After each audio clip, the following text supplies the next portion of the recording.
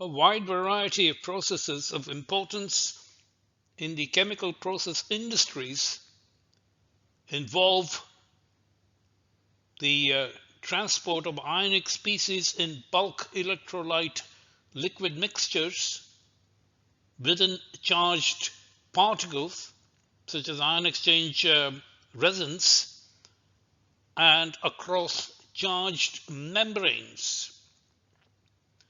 Examples include electrolysis, electrodialysis, ion exchange, metals extraction, and fuel cells. The objective of my presentation is to highlight some key and important features of ion transport that is of relevance in these processes. In particular, I underscore the importance of the term that I call the electrostatic leash in determining the ionic fluxes. For background theory, consult two of my publications that are shown here. Also, watch my video presentation titled Uphill Diffusion on my YouTube channel. The transport of any ionic species I is described by the set of Nernst-Planck equations named after Walter Nernst and Max Planck, who got the Nobel Prize respectively for chemistry in 1920 and physics in 1918. The Nernst-Planck equation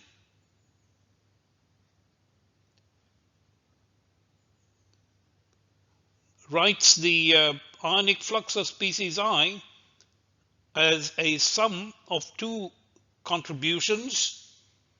The first contribution is due to the concentration gradients, but C is the molar concentration, and DIW is the ionic diffusivity. W stands for water, I is the ionic species.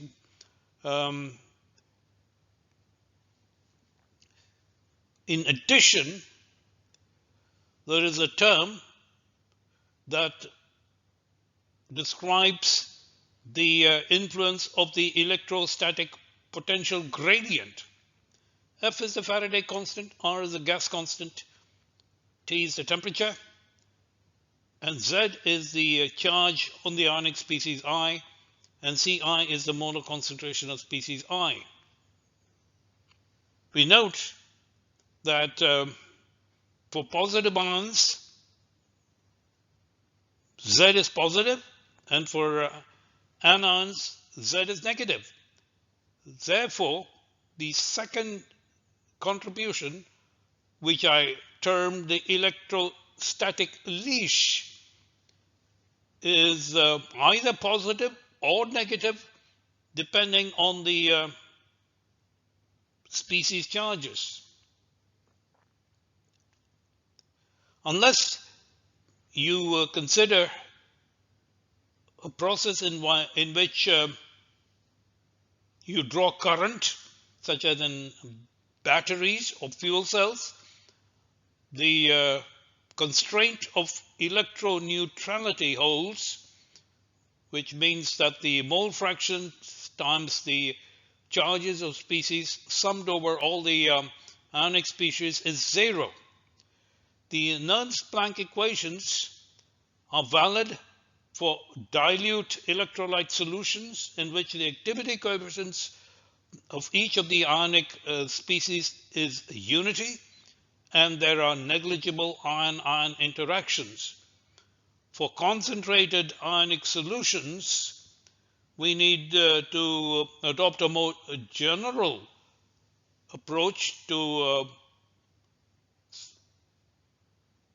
describe the fluxes of the ionic species, and this is discussed in my presentation entitled Uphill Diffusion, that is available on my YouTube channel.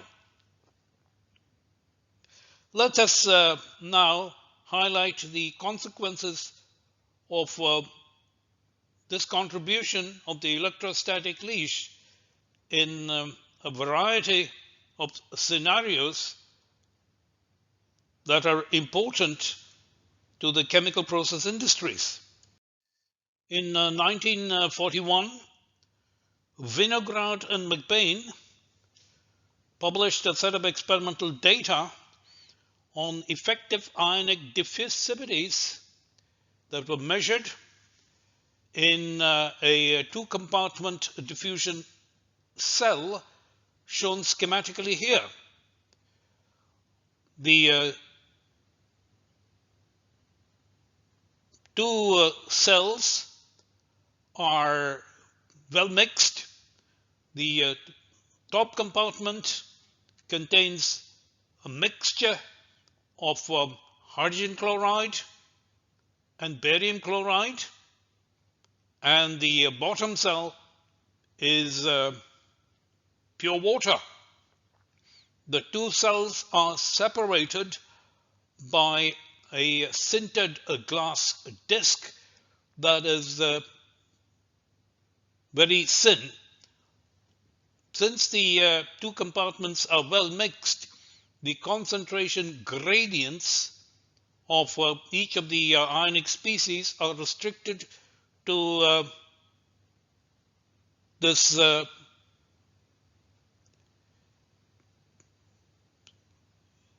thickness of the porous diaphragm that separates the two cells.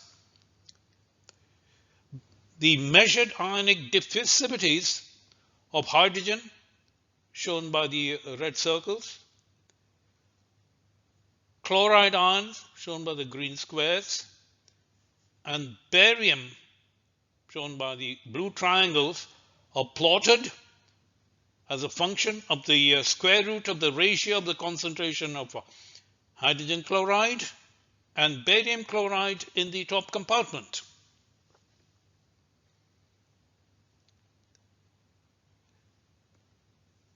The ionic diffusivities at vanishingly low concentrations of the electrolytes are as follows. Hydrogen has an ionic diffusivity that is about a factor 10 higher than that of chloride and barium. But we note that as the ratio of the concentration of hydrogen chloride to barium chloride is increased, the ionic diffusivities that are determined in the experiments is significantly lowered.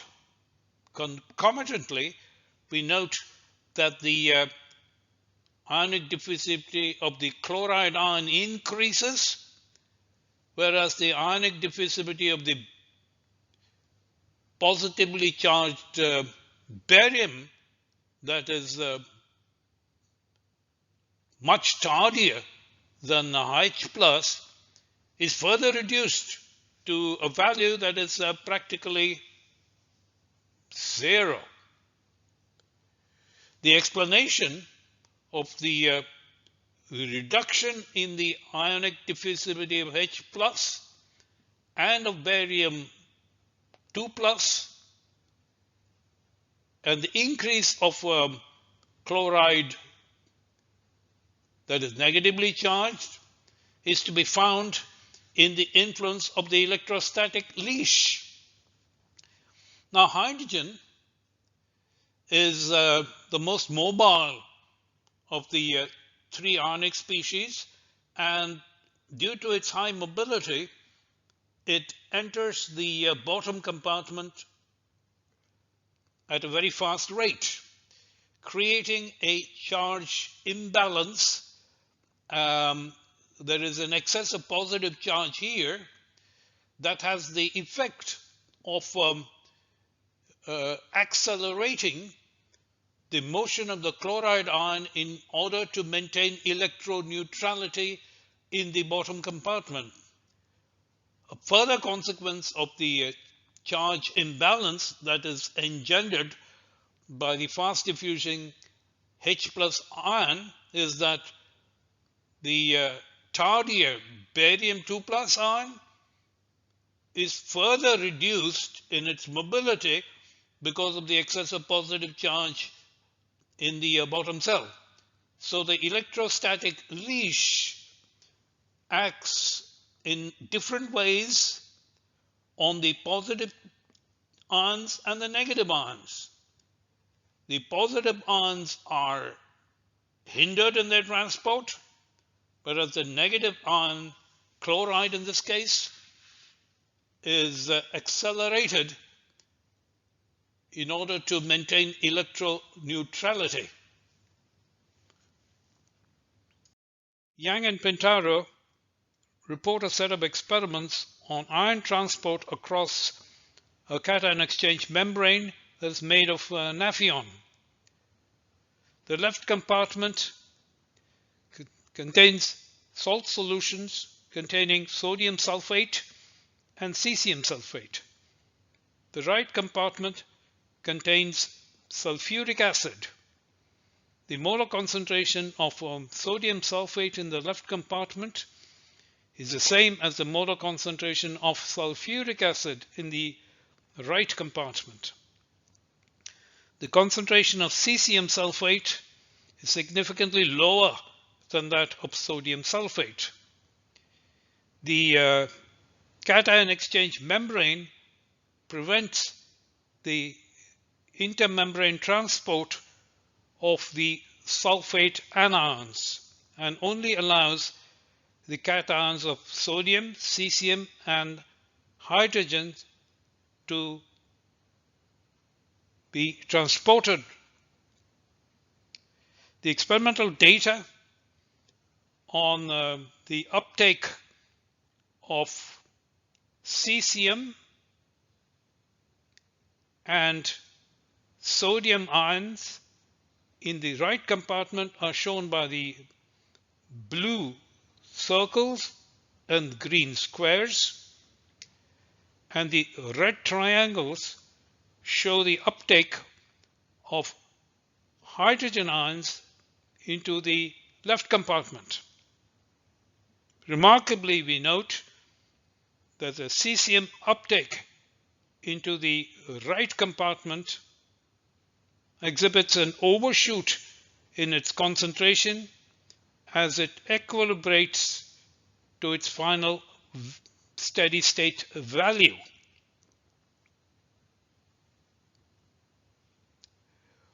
The transport of cesium uphill and the occurrence of transient overshoots are quantitatively described by the model that incorporates the Nernst-Planck equation for describing the ionic fluxes, and these are shown by the continuous lines in this diagram.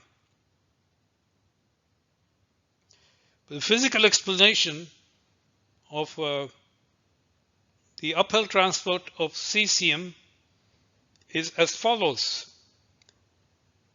Hydrogen ion has a very high diffusivity, about a factor 5 higher than that of say sodium and cesium, and it gets transported very quickly into the left compartment, creating a charge imbalance, and therefore to maintain electro-neutrality, that enhances the transport of cesium across the membrane into the right compartment.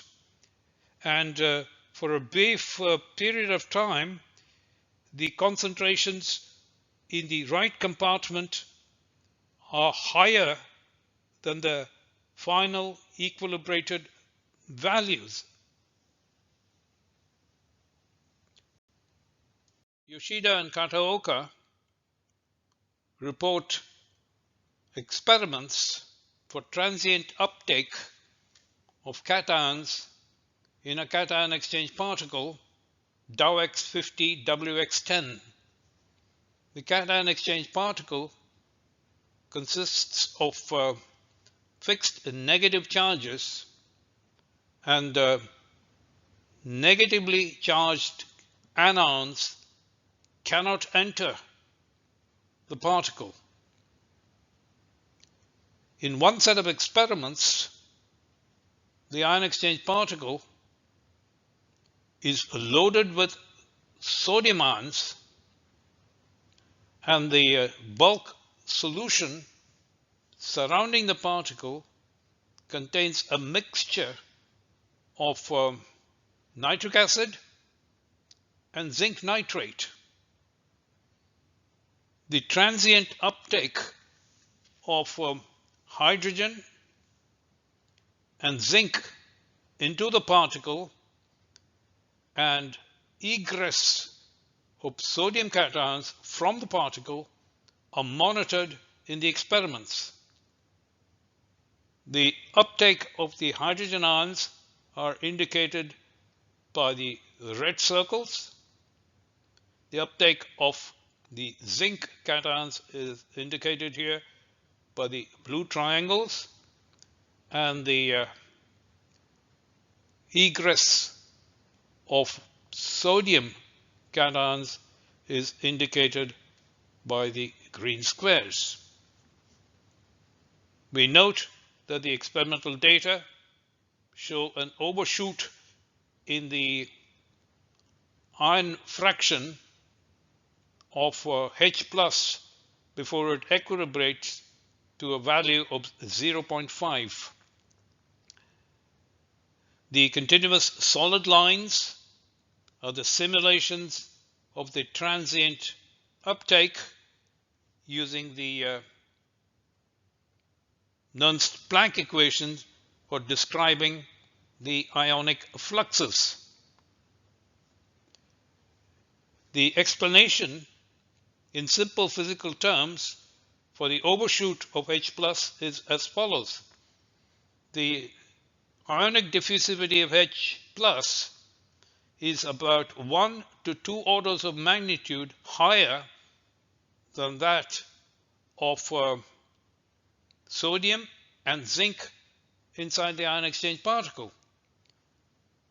Consequently, the ingress of H plus into the particle occurs at a faster rate than the ingress of the zinc cations and the egress of the sodium cations. The fast ingress of the hydrogen ions into the particle causes a charge imbalance that has the effect of slowing down the ingress of the zinc cations and speeding up the egress of the sodium cations. The net result is an overshoot in H plus, and you will note that there is a concomitant rapid decline in the ion fractions of the sodium cations, shown in green. In a different set of experiments reported by Yoshida and Kataoka, the cation exchange particle is initially loaded with H plus and the zinc 2 plus cations, and the surrounding bulk liquid mixture is a solution of sodium nitrate.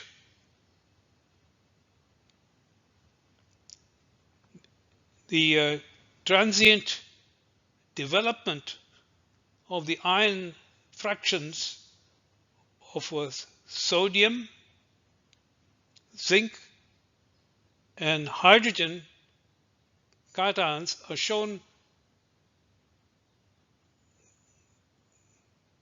here in using symbols. The continuous solid lines are the simulations of the transient uptake using the Nernst-Planck equation to describe the ionic fluxes. The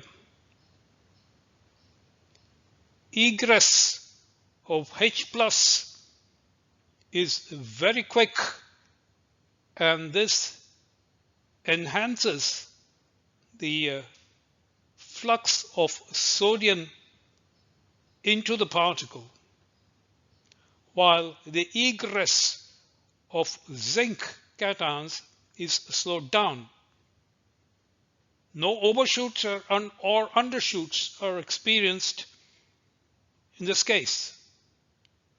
The transient equilibration trajectories followed by the three cations in the two experiments shown in the previous two slides are plotted in ternary composition space in this figure. It is noteworthy that the trajectory followed here, shown in blue, when the ion exchange particle is initially loaded with sodium, is exhibiting an overshoot in H plus, whereas the reverse equilibration,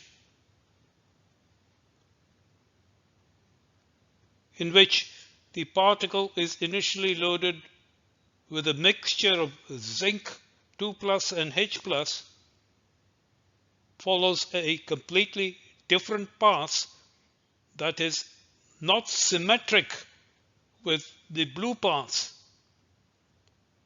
In the red path, no overshoot or undershoot in H plus is recorded. This underscores the asymmetry that is inherently present in ternary ion exchange processes. This asymmetry is adequately captured by the Nernst-Planck equations. The takeaways from this presentation are summarized in the slide. The electro-neutrality constraint engenders important consequences for ionic diffusion. Three consequences are listed here. Ions are either speeded up or retarded depending on the direction of ion transport in order to maintain the electro-neutrality constraint. For transient uptake of ions into charged ion exchange particles such as resins, the electrostatic leash induces asymmetry in the adsorption-desorption process, and during transient uptake it also may engender overshoots in the transport of the more mobile ions into the particle. For transient exchange across charged membranes, we may experience transient overshoots of one of the ionic species depending on the direction in which the ion is transported across the membrane. For further background details, please consult these publications listed here.